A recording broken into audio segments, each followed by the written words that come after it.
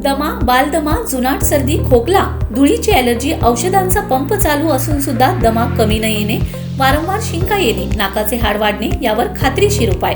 तर आजच संपर्क करा विजयी भव आयुर्वेद, नेवरी, तालुका कडेगाव, जिल्हा सांगली, पुणे व मुंबई या ठिकाणी सुद्धा. संपर्क 91 75 74 34 54 आणि 73 87 34 34 77.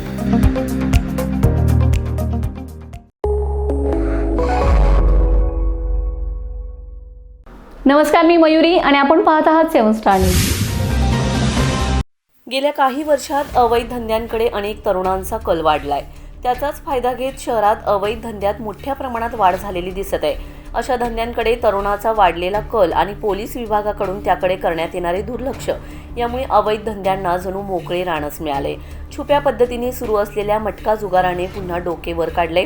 चालू आठवड्यापासून खुल्या मटका जुगाराचा बाजार जोमात असल्याचे चित्र शहरात दिसून येत असून शहरातील महात्मा गांधी विद्यालय व भारती विद्यापीठ या विद्यालयातील विद्यार्थ्यांसोबत शहरातील अनेक युवक शहरातील सेल्फी पॉइंट व मटन मार्केट पाठीमागील जागेत चरस, गांजा, ड्रग्ज, गोळ्यांची नशा करत असल्याने पोलीस याकडे जाणीवपूर्वक दुर्लक्ष करत असल्याचं चित्र शहरात दिसत आहे. शहरात सध्या लग्न सराईमुळे गावदेव मिरवणुकांमध्ये डॉल्बी वापर करून नेमापेक्षा जास्त डेसिबल आवाज सोडला जात आहे. यामुळे लहान मुले वयोवृद्धांना त्रास होत आहे. तरी देखील पोलीस यावर कानाडोळा करत आहे.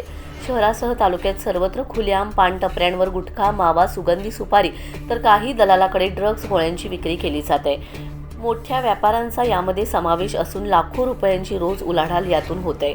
शहरासह तालुक्यात अनेक तरुणांनी सावकारीचा परवाना काढून ठिकठिकाणी खासगी फायनान्सचे ऑफिस काढून नियमाप्रमाणे वार्षिक 18% व्याज आकारणीचे नियम असताना महिना 15 ते 20% व्याज आकारणी करून व्याज दिलं नाही तर व्याजापोटी अनेक 2-4 चाकी वाहने जप्त करणे, कारण म्हणून कोरे चेक व दस्तऐवजांचा साठा करून संबंधित पीडितांच्या जमीन व घर सावकार स्वतःच्या व कुटुंबियांच्या नावे करून घेतल्याने जगाचा पोशिंदा समजल्या जाणारे शेतकरी अवैध सावकारीच्या जाळ्यात सापडून भूमिहीन झालेत.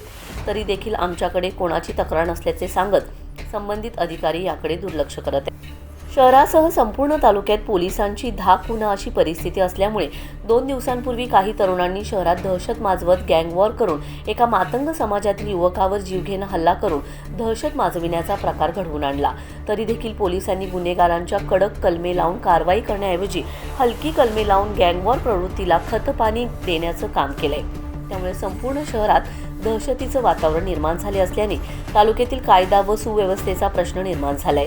हे सगळे खुलेआम सुरू असतानाही पोलीस प्रशासन करतोय तरी काय, असा संतप्त सवाल नागरिकांमधून विचारला जात आहे.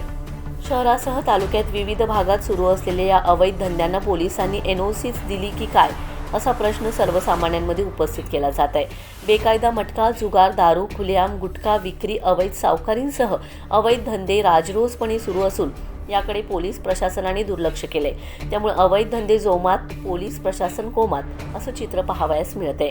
याकडे नवनिर्वाचित पोलीस अधीक्षक तुषार जोशी यांनी स्वतः जातीनिशी लक्ष घालून कडेगाव शहरासह तालुक्यातील फोफावलेल्या अवैध धंद्यांना चाप लावावा अशी मागणी जोर धरू लागली. Bureau report 7 star news.